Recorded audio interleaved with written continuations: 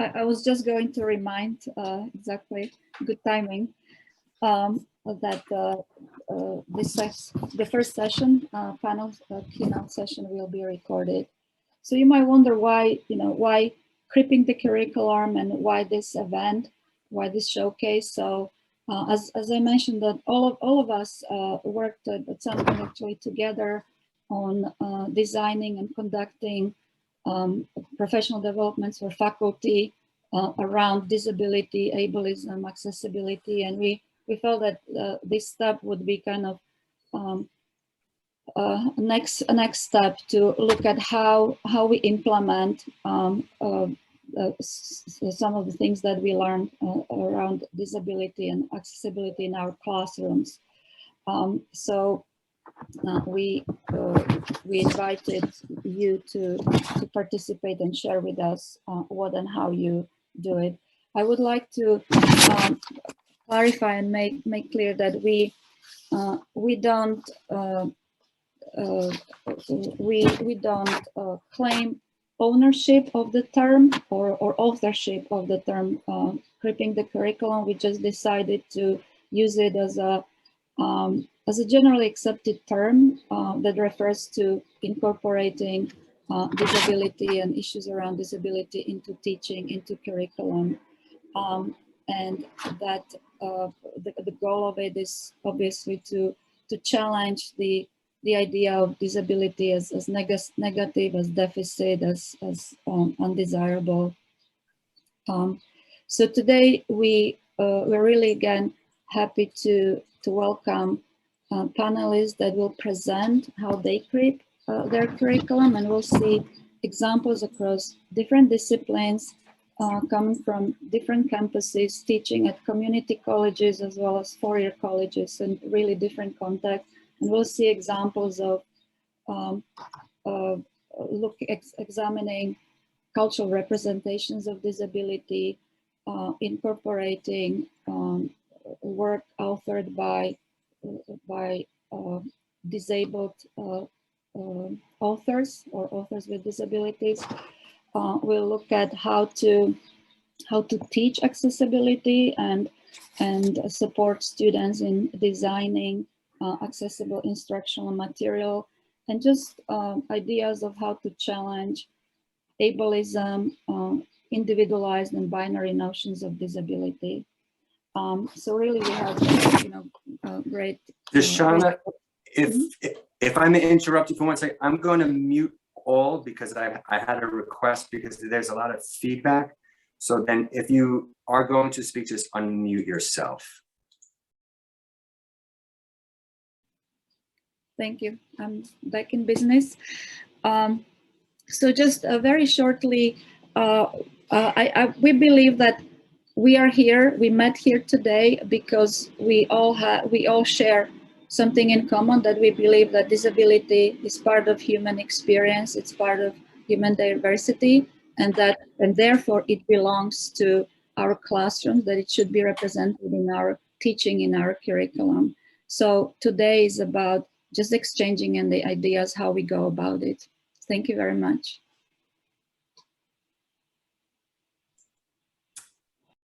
So welcome to our keynote panel, everyone. My name is Priscilla Stadler, as Dushana said, and I am one half of the Unrelated Stadlers team, as Derek and I now call ourselves. And I am a middle-aged white woman. I am speaking to you from Jackson Heights, which is the unceded territory of Lenape, Munsee, Matinecock land. And I'm thrilled to be moderating this panel with our keynote guests today, who have so much to share in terms of their experience, reflections, and pedagogy around cripping curriculum and different aspects of this work.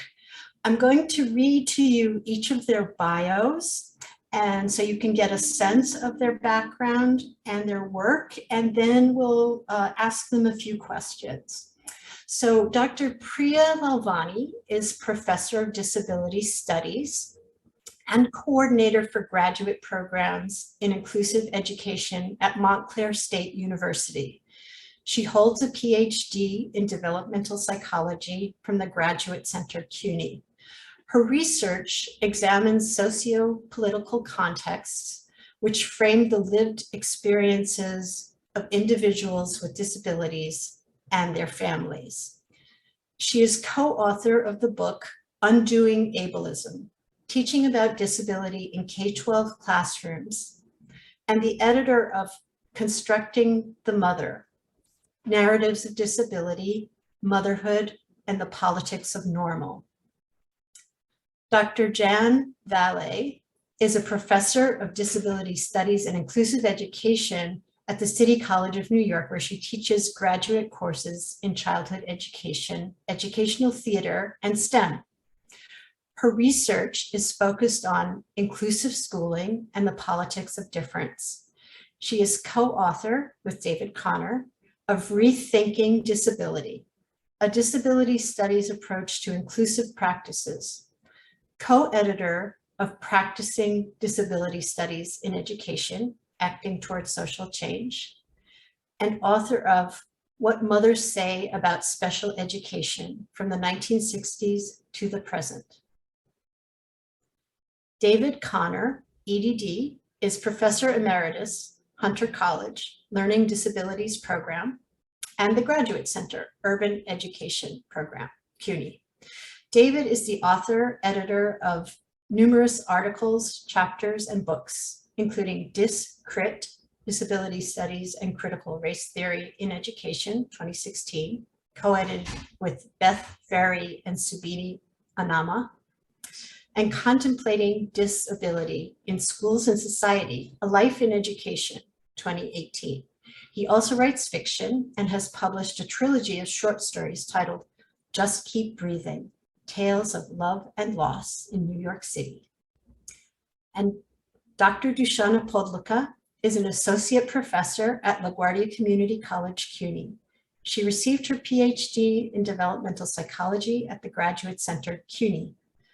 Drawing on recent advances in Vygotskian cultural historical theory, especially the transformative activist approach and disability studies, her research focuses on the dynamic relationship between learning, development, and disability.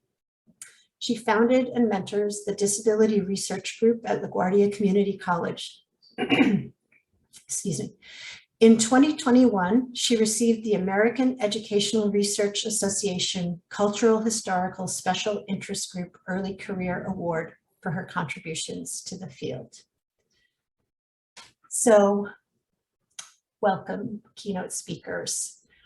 I have a few questions for you. My first question, and perhaps we could stop sharing the screen, Derek, thank you. My first question is why, it's a very simple one. Why teach disability? And I'm going to ask Priya to kick us off, if you would, please. Okay, thank you. Thank you for that introduction. This is Priya Lalvani. I go by she, her, and I am a middle-aged South Asian woman. So Priscilla, you said it's a simple question, and I'll start it off with a simple answer, and then I'll elaborate a little more. But the shortest answer then is because disabled people exist, because disability as a phenomenon exists. Disabled people are among us. Disability, as Dushana said earlier, is an aspect of the human experience and an aspect of human diversity. So simply, that's why. But actually, I'd like to flip that question. Instead of why teach about disability, perhaps I'd like to throw back another question. Why not? I mean, that's the question. Why would we not teach about disability, right? So we should really be asking also what damage is done when we don't teach about disability, or when we don't address disability as a valued form of human diversity within our classrooms. You know, people with disabilities have a collective history It's a history that's rich, but it's a history of oppression. It's a history of marginalization, but it's also a history of empowerment, right? When we don't talk about this, when it is silent in our classrooms, we're sending a very powerful message that people with disabilities are irrelevant. They don't matter. The issues of ableism don't matter to non-disabled people. So in a way, I would say not talking or teaching about disability and disability oppression actually constitutes a form of disability oppression in itself, right? And I just want to say, so my work is with teacher educators, as many of you here. And one thing that comes up a lot in my conversations with teachers and educators, and I've written a lot about this, is there's this myth that exists about children, particularly, as not noticing differences. Like, oh, we don't talk about it in classrooms, especially with young children, because children are so innocent. But they didn't even notice. Children don't have these ideas, and they don't notice differences among us, especially disability children. They didn't ask. That's the one thing that I get a lot from the teachers that I work with. We don't mention it and we don't teach it because nobody brought it up and nobody asked. So that sort of validates that there isn't a need for it. And I want to sort of push back against that idea. Children do notice differences, and they should, right? The question is, why would they not notice differences? Differences are among us and they're beautiful. So I think children have a natural curiosity, and they see that we are different. We're different in our size, our color, our abilities, and So the question then is, why are they not asking? Perhaps children have picked up and internalized what kinds of differences it's okay to mention and what kinds of differences are not valued and in fact considered impolite in society.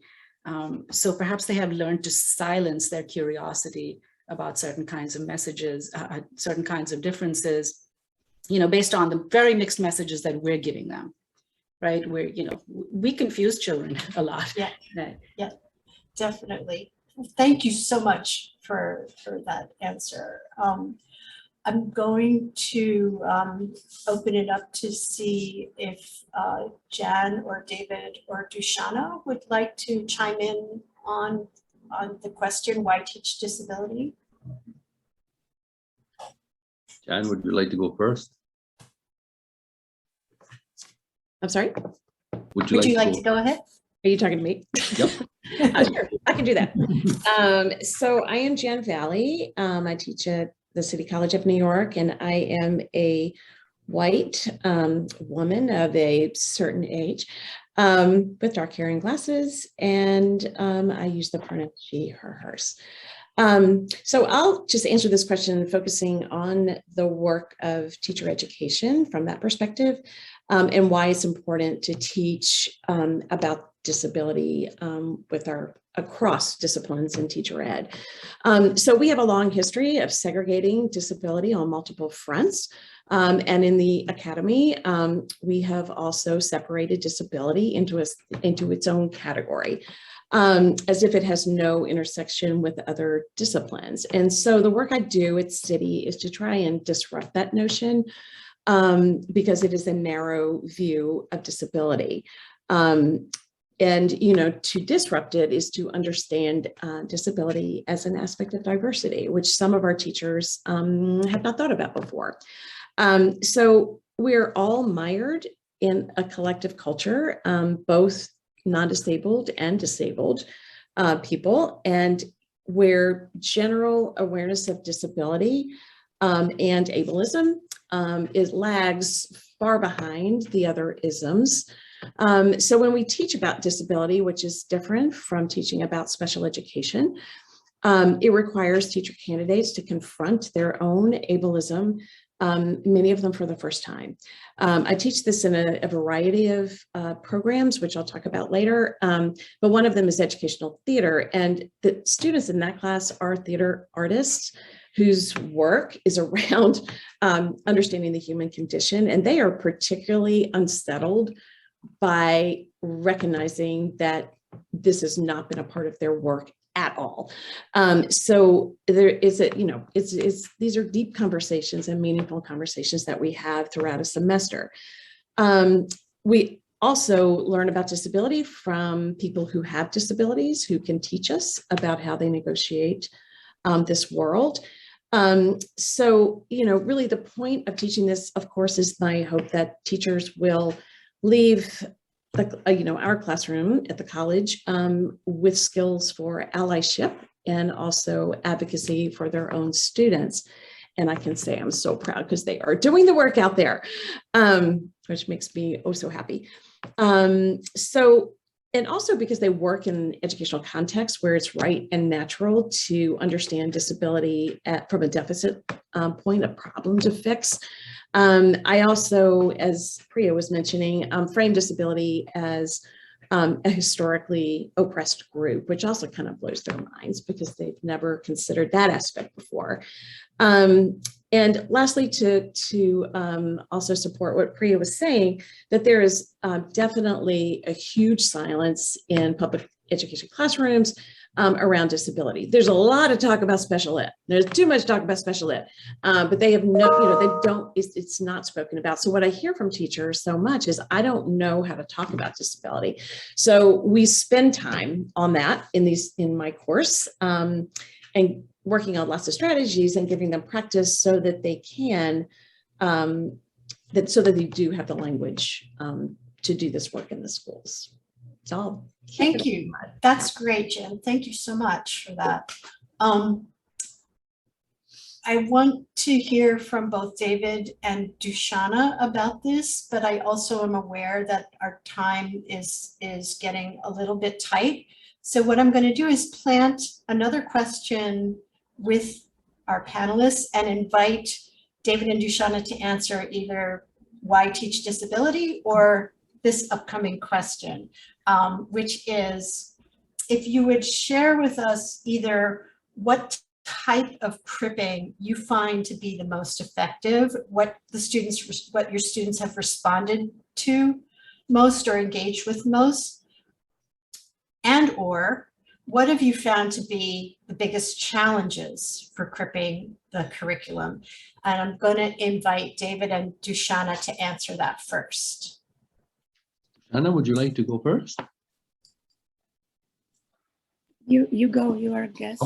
Okay, so I'll skip question 1. I'll just go to question 2. So I'm David Connor. I'm a white male, middle-aged, on the cusp of my golden years, and I go by the pronoun of him. And I've been in teacher education and teaching for 35 years, working in special education and inclusive education. And I'll look at the question, what kinds of cribbing do you find the most engaging for students? And so I will continue what Jan has started to invoke, the notion that we have to challenge our students' knowledge and beliefs in a very respectful manner. For example, I have one activity in which I ask them all, and it lasts the whole class long really, how do you know about disability already? And so I provide a list of realms that I want them to think in. And this includes from your family, from your personal experience, from science, from history, from religion and religious texts, from psychology, from their own schooling experiences, K through 12 and at the college level, from TV, from law, from culture in general, from medicine, from literature and books and other sources. And then when they've mined their own experiences and thoughts in all of these areas, we can talk together as a large group and compare notes and thoughts. And in this whole class discussion, I ask them what patterns emerge. And if I want to quickly talk about what happens, it's invariably 2 things. There's many negative associations with disability primarily, and there's also many inspirational associations with disability. So you have these 2 big areas, and both of them are problematic and need to be unpacked. And so once we start doing that work, they become really intrigued because as Jan said, they've never been confronted with where they get their knowledge from before or why they think a certain way. And if we do look at people with disabilities as a minoritized group, other things begin to click for them and they become intrigued because they've never thought about that. So we always think about, who is speaking for who.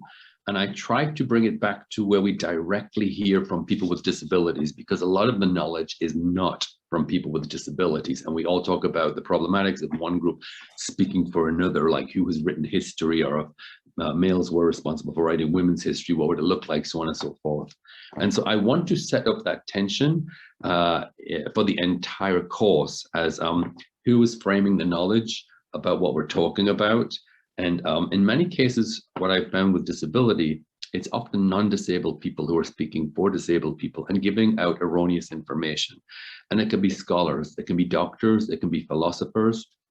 And so I want to balance what I would say the traditional sources of knowledge with the phrase in the disability studies community, nothing about us without us.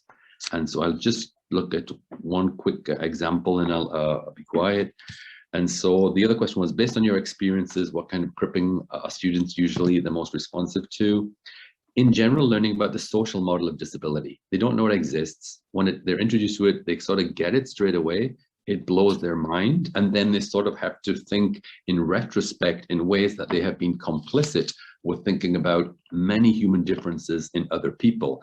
And so once you reveal this to folks and teach it, there's no going back. They have to see the world in a different way.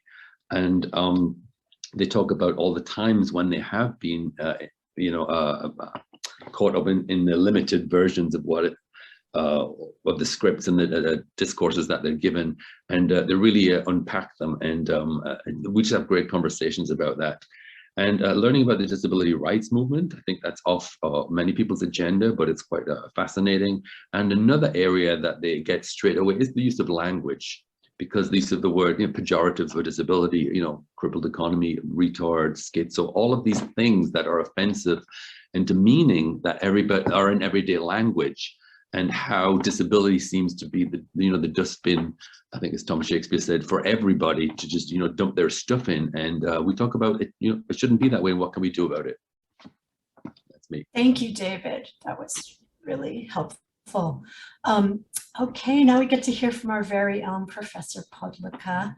Also, David mentioned something about the social model when he was responding to Sean. I wonder if you would mind just describing a little bit about what that is in case people are not familiar with that term. Okay, sure, thank you. So as actually that ties to my answer. So I teach psychology, as I mentioned before, and I will explain what social model, how I understand it, and why is it important to incorporate in our teaching. So I teach psychology classes and at community college, and students who are in our classes are students who often have first-hand experience with disability, whether being overdiagnosed or underdiagnosed, or having some experience, or being positioned as diagnosed because they come from certain minority group. Many of them are immigrants, so just being a non-native speaker positions them as such. So it's important to explore disability, and including and within context of psychology where disability already is there, or in forms of disorders, is part of the curriculum, but predominantly presented in a pathologized way, so and deficit way. So that's why it's important for students, for us to explore, critically explore, as all of you already talked about, our own assumptions, misconceptions about disability, but as the students who I teach come from disciplines of education, medical and health sciences, psychology, becoming psychologists, counselors, they also look up to psychology as a discipline that will that will provide them professional guidance in whatever they future want to do. So it's important to also challenge not only our personal assumptions and misconceptions, but the misconceptions of our discipline and other related disciplines. And what I would also see often that, especially looking outside of psychology, that psychology has a bad reputation for individualizing and psychologizing disability. So what I try to focus is, and often through social model of disability, is to provide and explore theoretical approaches that understand disability as socially constructed, as in a sociocultural context, and provide alternative ways that challenge, right, that critically evaluate misconceptions of disability. And that's also the main idea of social model, moving from understanding disability as individual characteristic, as something being part of our, located in our heads and in our bodies, moving it into social interactions and social structures. So I'll end there, and I hope we'll have, so we can move to our sessions, and hopefully also our panelists will have opportunities, and our participants will have opportunities to interact with our panelists also within our sessions. Thank you. Thank you, Dushana, and thank you to all the panelists. I only wish that we could have had one more hour to hear from all of you. And I do want to say that on the program page, there's a link to some of your work. So I hope that everyone here today will get a chance to read some of your writing. It's very inspiring and insightful. And thank you for sharing your reflections with us today. Glad that you can hang around for the rest of the sessions.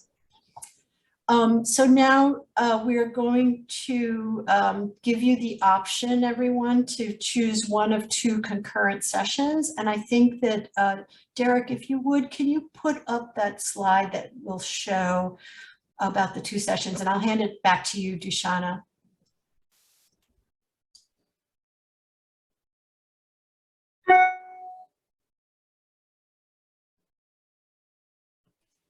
Okay, sorry.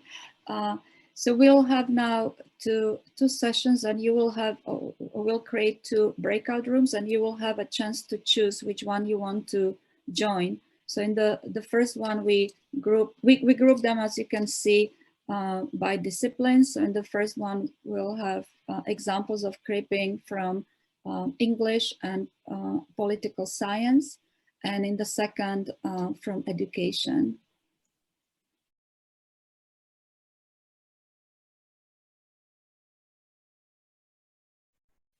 Sorry, I was on mute the whole time, I think.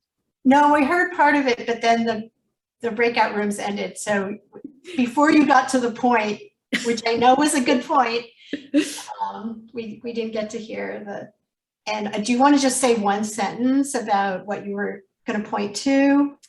Yeah, I just wanted to say this idea within disability theory that, this is something that when you have this binary between sort of the dominant category of, the able-bodied person and the person with a disability, I think it's still like a reference always to the like able-bodied person. So I know there's a book out there, maybe someone in the audience remembers this person's name, but I know they wrote a book that was very critical of Christopher Reeves because, they have a criticism of his approach to becoming someone with a disability versus being, say, born with a disability. So I just wanted to put that out there.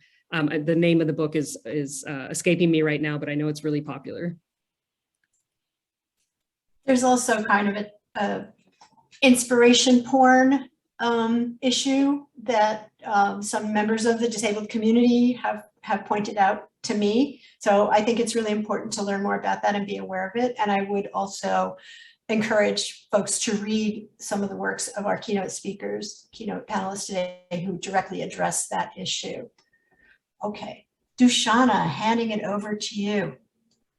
So unfortunately, I'm sure as it happened in your session, we just got cut off, in the middle of conversation. So unfortunately, our time is up. But I hope we started some conversations, these collective conversations, and sharing how we tackle, how we challenge our own assumptions, how we work with students, and our institutions' assumptions and practices that contribute to ableism. So we hope this is just the first kind of opportunity for us to get together in this way, and we'll find another opportunities and different forms of sharing and collaborating and exchanging ideas. I cannot thank you enough for being here together and chatting about, as Priya said, not why we should teach disability, but why we shouldn't. That's the question, and that if we are committed to social justice, there is no social justice if we don't include disability. That's the bottom line. And I think we all agree and work towards that. So thank you. Thank you all for coming, for being here, and obviously for your work. Thank you for organizing. Thank you. Thank you. And if anyone wants to stick around, I think some of the organizers are available to hang out and talk, and feel free. And thank you all for being here. And we have 2 Thanks, minutes everyone. left. So if anybody also has any question or comment, we have 1.5 minutes left. And please fill out our feedback survey. Derek put the link in the chat. We would love to keep in touch with you if you're interested and keep building this movement. And if anyone wants to chime in right now, by all means, go ahead.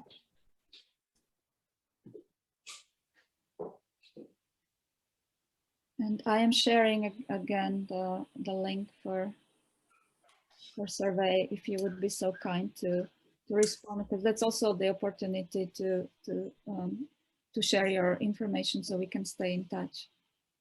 Yes, if you would like to, and we hope you would like to.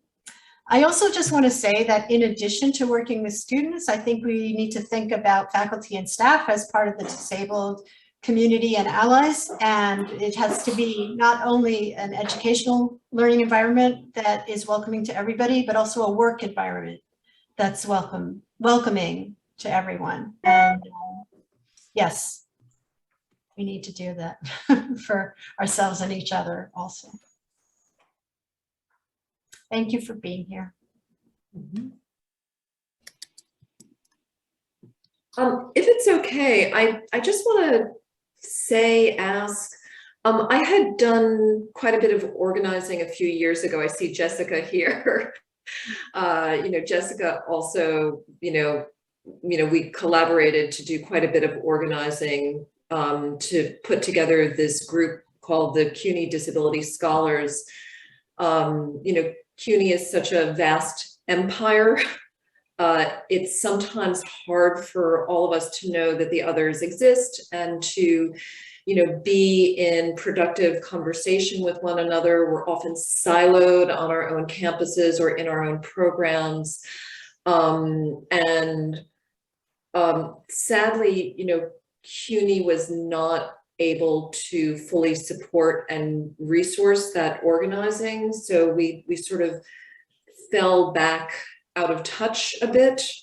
But while we are all together in this moment, I would like to suggest that we do have kind of a framework for being in touch with one another. We have the beginnings of a model for working together like this. And, as long as it doesn't fall too much on the shoulders of any few people, I would love to hear ways that folks thought we could pick this up again in a sustainable way where we could all be, effectively networked and involved with one another and hear about one another's work, both in the classroom and,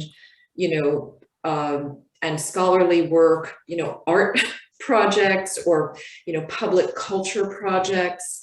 We do so much disability work here at CUNY, and I always feel a little sad and defensive that, NYU has become the kind of default organizing space for disability scholarship in the city. And, I don't want to be competitive, there's room for everyone, but, CUNY is just such a vast resource and network. Do people have thoughts about kind of picking up that part of the work? I think it's a great idea. And I feel like it's more necessary and also more possible than ever. Just from my work at LaGuardia for the last few years, I think that there's much more interest, concern, and awareness. So I feel like the seeds that have been being planted for a long time are actually starting to sprout, and there's a thirst for knowledge and understanding best practices and learning about universal design, disability as social justice, ableism. I think we have to bring together theory and practice. So I'm so glad that you said that, Julia, because yes, I do consider this building a movement, and this is an important part of doing that. I saw someone asked about getting onto the Disability Scholars, is it Disability Scholars or Studies listserv? The listserv. So I just posted a note in the chat with a link to the CUNY Disability Scholars site that Jessica actually put together. The info that's there is a little bit out of date, but I do think that we could all pick that up, and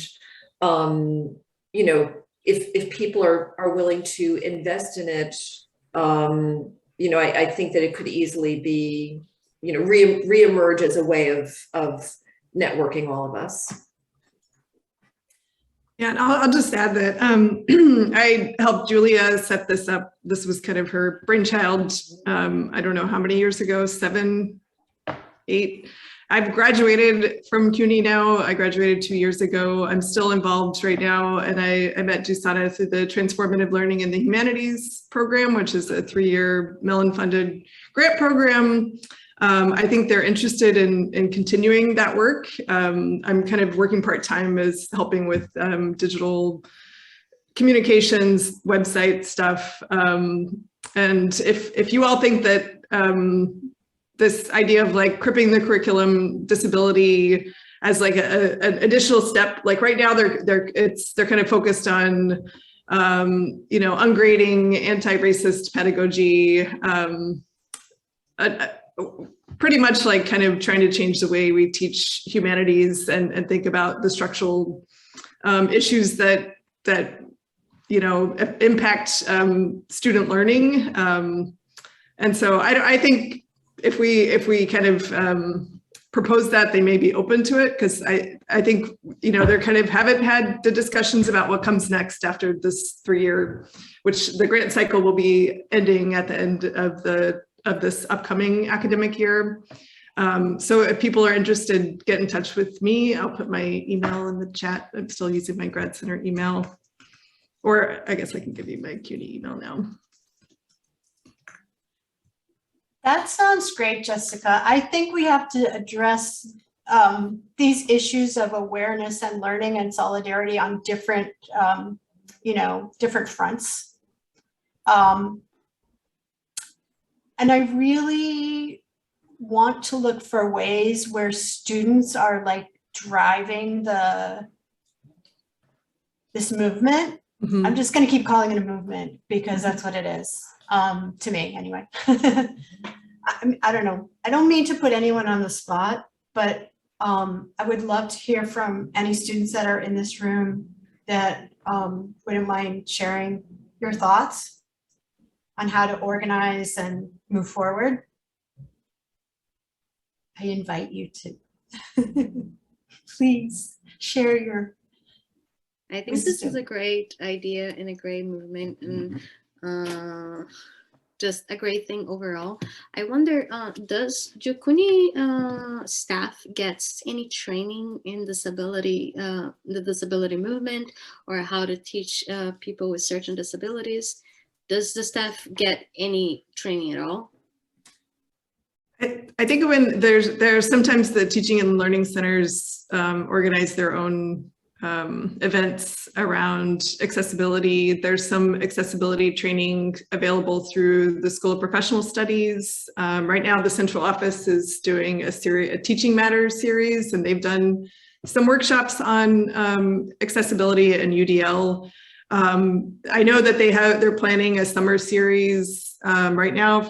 It's going to happen on Thursdays during the month of June. It's not all accessibility related, but I wouldn't say that there's like a coordinated effort CUNY-wide to make sure that all teachers get this kind of training. But some teaching and learning centers do try to organize their own events. Yeah, that's very interesting because I have seen like things in a classroom where I'm like, this shouldn't be happening, or like I have a disability and I have time for a test in a quiet space, and I have had the professor just give me a test in a loud room, and I accepted at the time because it was okay, but it's usually not okay. And I also have seen a professor trying to talk to a deaf student knowing that she was deaf, and keep insisting on it until the interpreter came in and was like, wait a minute, you can't do that. So it would be interesting if we could make a movement to bring more awareness to professors on how to conduct the classroom, or how to go about, because I feel like it's lacking a little bit, not to say a lot. Yes, I really agree with you, Sam. And I have done some work in the last few years with faculty and staff primarily, and a little bit with students as part of a team. But yeah, there's so much more that needs to be done. And resources, like, for example, for captioning, right? I mean, it's just, I find it despicable that that the institution where I work is not willing to put resources into providing a captioning and a visual description service provider for us. Because to do that work is an unfair labor demand on faculty and staff. And to say YouTube captions, well, they're better than they used to be. Okay, yes, but they're still not accurate. A student cannot get that meaning if they just look at auto-generated captions on Zoom or YouTube or wherever. It takes time, and it has to be done.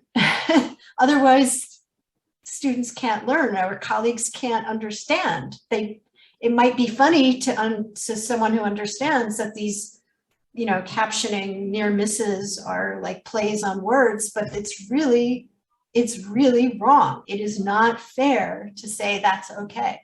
So I'm always making a lot of noise about this stuff, like at the CUNY Disability Accessibility Conference recently, and I'm sure people don't want to hear from me anymore, but that's okay. I don't mind being loud and obnoxious sometimes. But yeah, I think, so if you're interested in doing something, one way we can do that is fill out the evaluation form for today.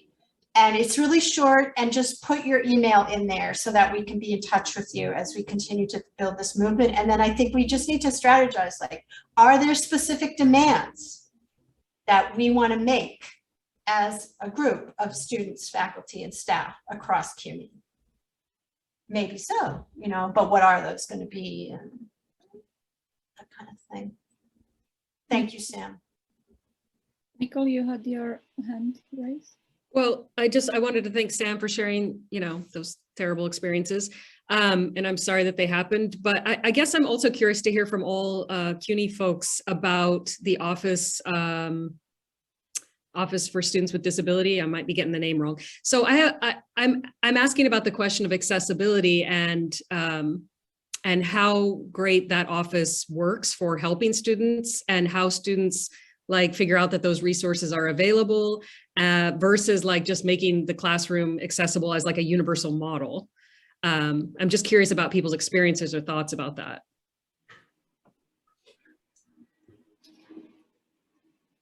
But I also just wanted to just quickly comment on Sam's comment, because I think Sam, you addressed the big issue and an issue that is even broader, that we as faculty, we are not, or social staff are not required. We have some requirements, we have some mandatory training such as violence prevention, but we don't get, we are not even mandated to be trained in teaching, which is even broader issue. So you really addressed the really huge important point, and how to address disability in context of teaching and learning.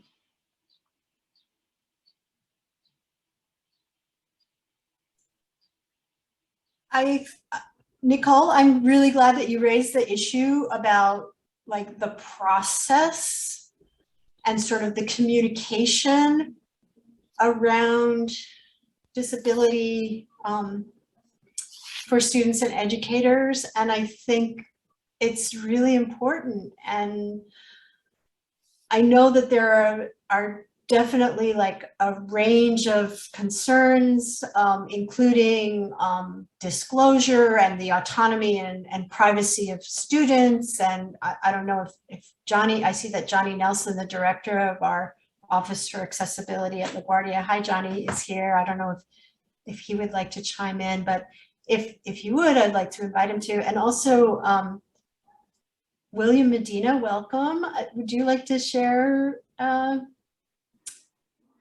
anything with us today? Thank you for being here. No. This is great. I really enjoyed this. I'm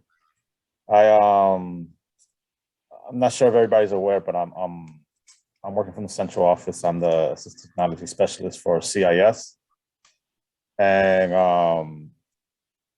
I've been pushing for certain things from this side of things to just try to help CUNY become more accessible.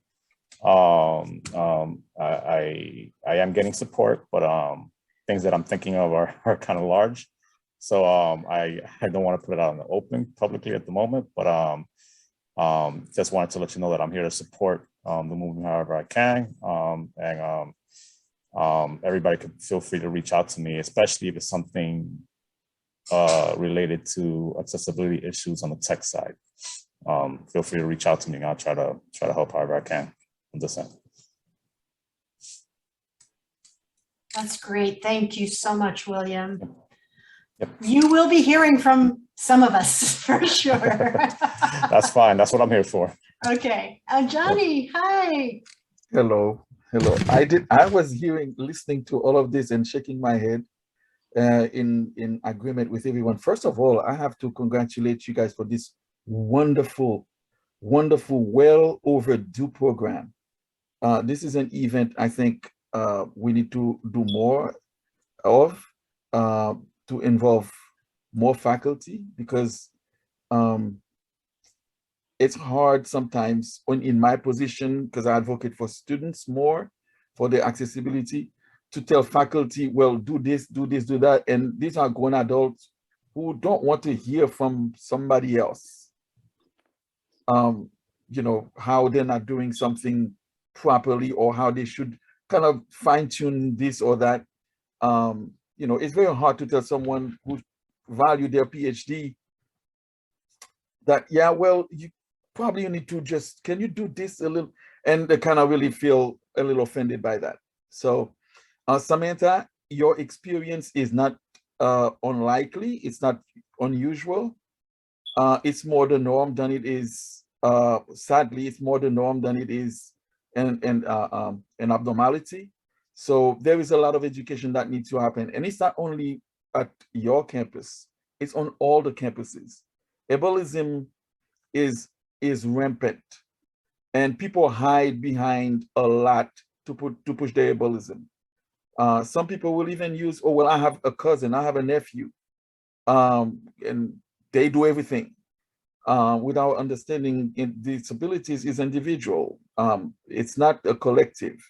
So there is, I mean, I was so impressed by everything from the beginning all the way to the end, the group, even the breakout session. I went to the education one, how the faculty were explaining the things that they do was totally amazing. I'm glad it did not center towards the accommodations process and the accommodations, just, you know, this would be simplistic, but it addresses the big issue of making things with the perspective of a disability. And I think that is something that is needed sorely, because once people start seeing this that way, they probably will start changing their ways when they start seeing it on a global perspective like this. That's my thing on it.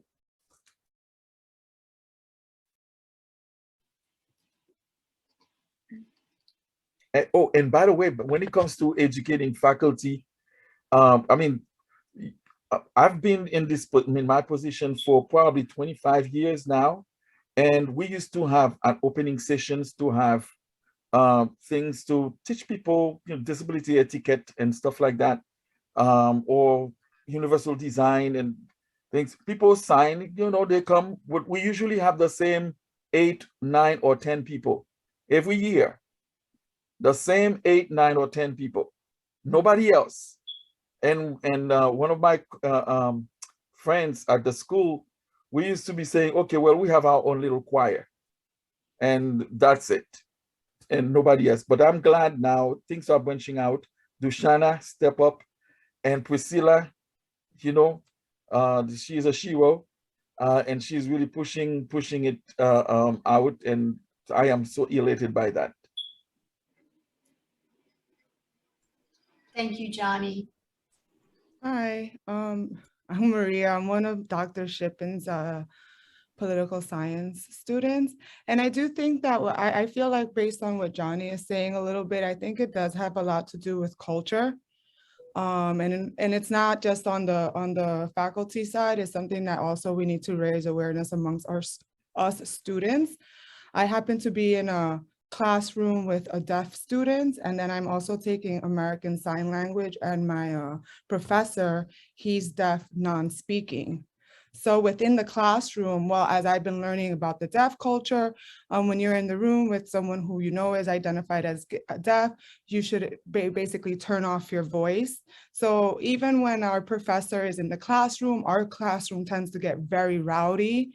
And I feel like we're missing something also in informing our students and making disabled persons part of our culture, being not just inclusive, but also gearing our culture towards including them. I feel like having social events that would be inclusive, even geared towards disabled persons, kind of a come join us in this kind of a deaf culture environment would be something that students could maybe get themselves involved in, just because I think it's like very cultural as well. I just wanted to share that because I've been seeing it from both perspectives. Thank you, Maria. That's really valuable. Appreciate that insight you shared so much. And you know what, when you were talking, I was thinking about the term inclusive, and I feel like people that don't consider themselves disabled are fortunate and lucky if they are included by the disabled community. And that's the way that inclusivity should be working if you're if you're, you know, working with people and if you're in community, because those communities are amazing. Best. Thank you, Maria. I just want to point out, you know, Priscilla, you were mentioning earlier that about having this movement be really student-centered or coming from students. And, I think that you're absolutely right. The students are at the heart of CUNY. At the same time, there is a very well-established network of student disability organizations at the CUNYs. And, I would sort of, if I may, adjust your call and say that networking between faculty and students is really where I would want to head. One of the reasons that I worked so hard to create a network of faculty is because that simply did not exist. And it really, kind of still doesn't quite exist. The CUNY Coalition for Students with Disabilities is an umbrella organization that organizes the student disability organizations at each campus. And, in order for faculty to work effectively with students around disability issues, we also have to have our own structure and our own ability to talk with one another. So, I certainly don't want to be promoting the needs of faculty above the needs of students or, prioritizing that. But, faculty do traditionally have more power within the institution. And I think that administrative bureaucracies have been more dynamic in preventing faculty organizing than student organizing. So I just want to again kind of promote this idea of faculty coming together and networking with one another, and disability scholars coming together and networking with one another so that we can be organized in order to be able to meet with existing student disability organizations and collaborate to meet the needs of to meet the disability needs at CUNY. And by disability needs, I don't mean just the needs of disabled students, staff, and faculty, although those are the priority, but to meet the disability culture needs of the institution. We are not well positioned to share all of our disability work, the stuff in the classroom, the cultural stuff, the political stuff, and it's I think because there's been a wall put up to prevent this specific kind of organizing. I hope that doesn't sound too conspiratorial. Sounds like collegiality to me. And learning from each other, and no, I really appreciate that, Julia. Thank you. I agree. I think there's a need for faculty and staff, I will say as a staff person, to support each other and work together and to learn from and with students. And I know that at the very beginning of this event, Dushana mentioned that I had directed a project called Designing for All, which was funded by part of CUNY's IT division actually in 2017-18. And that was a coalition of 5 student leaders, 5 LaGuardia faculty, and several staff people at the college. And having that group work together was just a wonderful thing. I wish we could have kept going, but it did plant seeds that have continued. And I think it's really valuable both to work across our positionality and then also within it. I also wanted to add to, and also what previously Johnny mentioned, that accessibility office or office for students with disability, their goals are to support students. And I wish it would, and I know, you suffer from lack of funding and lack of personnel and so on, but I wish it would, I always think as a developmental psychologist that, we are here and our main kind of focus is learning, and learning involves students and teachers, so that if, for instance, accessibility offices could support students as well as faculty, and in other words, as if these offices could support learning rather than looking at one group or the other, and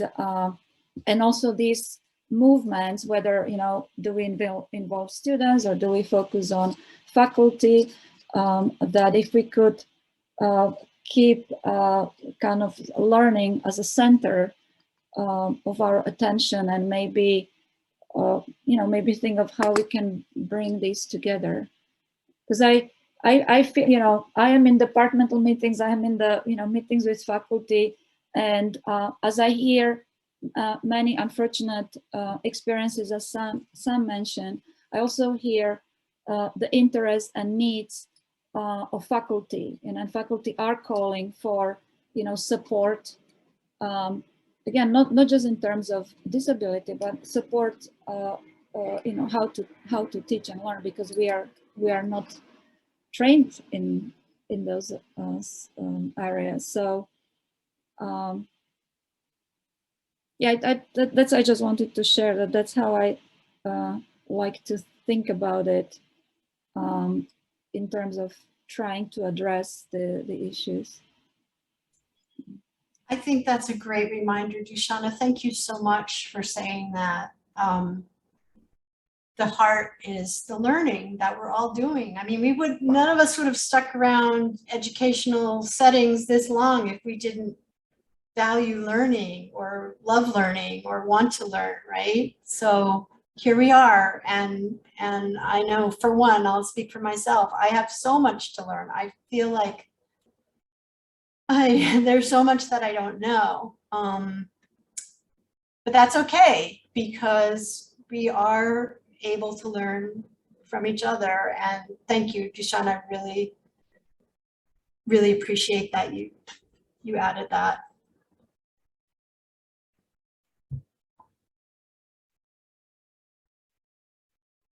And on that note, so I was going to say, finally, one aspect that makes the work more difficult is the fact that CUNY hires a lot of, well, for the sake of diversity and for the sake of, well, we are the world. CUNY represents the world. So we have faculty coming from many different parts of the world where disability is still at the prime age, where disability is considered still a punishment from God. And so from these people's perspective, having a student with disabilities in their class is more a punishment to them. So when we have so many adjuncts, I'm not picking on adjuncts, but so many people, because they're the ones that are part-time mostly, coming from many different parts of the world, who have a negative view of a student's identity, it creates a lot of problems when you try to present a different view of the student's ability, because they already see that this student is not valuable, is not someone that should be out there.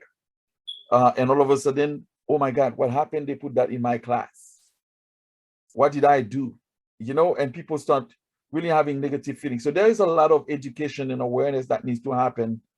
I don't know how to bring that, because this is something that has been really irking me, because a lot of times most of the students' complaints, because I hear them, most of the students' complaints are about that, the insensitivity and the lack of flexibility that some of the faculty really come up, and then they kind of really feel like, I want to give up because nobody cares. And it's not that they don't care, but it's the cultural, and the faculty, you cannot really push so much on the adjuncts. They work for the hour, they get paid for the hour they're there. So You know, asking them to do more is probably it's not humane to even do that. So that's a problem that we probably need to address on more global way, maybe with administration or something. But I'm gonna stop there. I guess just you know, if we could apply the same way of thinking that, you know, to faculty and students, that we talked a lot today about it, that we are not free of ableism, of committing or subjecting others to ableism, right? And to address these issues also not from deficit view, so not, you know, that to understand why this faculty maybe think this way, where it's coming from, and address that. That, you know, the only effective way is, I guess, to deal with it is to address it. So rather than just blaming them or seeing them, positioning them in you know, in their blaming them for their deficits, to address and again find the ways to support them.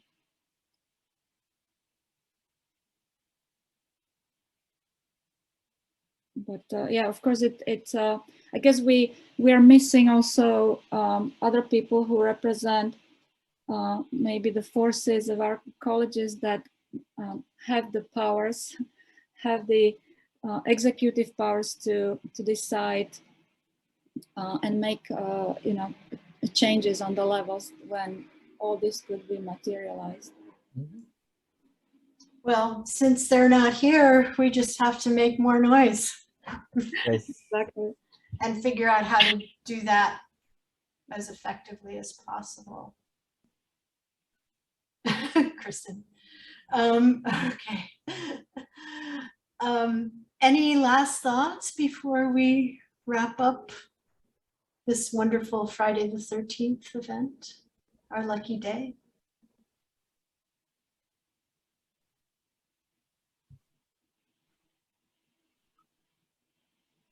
I just I just go ahead. wanted to, I was Maria. going to say I'm glad this conversation took such an open turn. When we were doing the presentation, it was kind of like, you know, I wanted more, and then this conversation really got real to the bottom of the issues, and I think we opened up a little bit more. And I think these are the kind of conversations we need to have in bigger group or settings. I feel like the presentations were great, but once we got to the meat and potatoes of it and everyone really started to give, you know, organic, real opinions, we really got to the bottom of some issues here. So I was really appreciative of that. Thank you, Maria. I think that makes a nice conclusion to our session today. Thank you very much all for coming, for staying, including our interpreters who generously stayed over time with us. And we hope that we'll meet soon with all of you. Dushana, how will the resources from this meeting be shared? They will be shared on LaGuardia Center for Teaching and Learning blog. So we will share, we'll let you know when it will be updated. Thank you, Julia. Yeah, which is where the programs page is, if you went to the programs page earlier. So we'll be fleshing that out with the other resources from today. And I saw that your comment earlier, Julia, about having, you know, shared resources. I think that that's something that's really important, and we need to figure out how to do that on a larger scale. As great as the CTL blog is for LaGuardia, it should be. And maybe it's CUNY Commons, I don't know. Well, we have our site on Open CUNY. If anyone wants to be an administrator on there, I can try to figure that out. Yeah, or we can move it to the Commons. Yeah. Oh, okay, great, Jessica. Thank you for that reminder. It is very out of date, though. It's never too late to update your website. All right, thank you everyone so much. Bye. Thank you. Have a great weekend. Thank you for organizing. Thank you. Take care, everybody. Thank you for being here.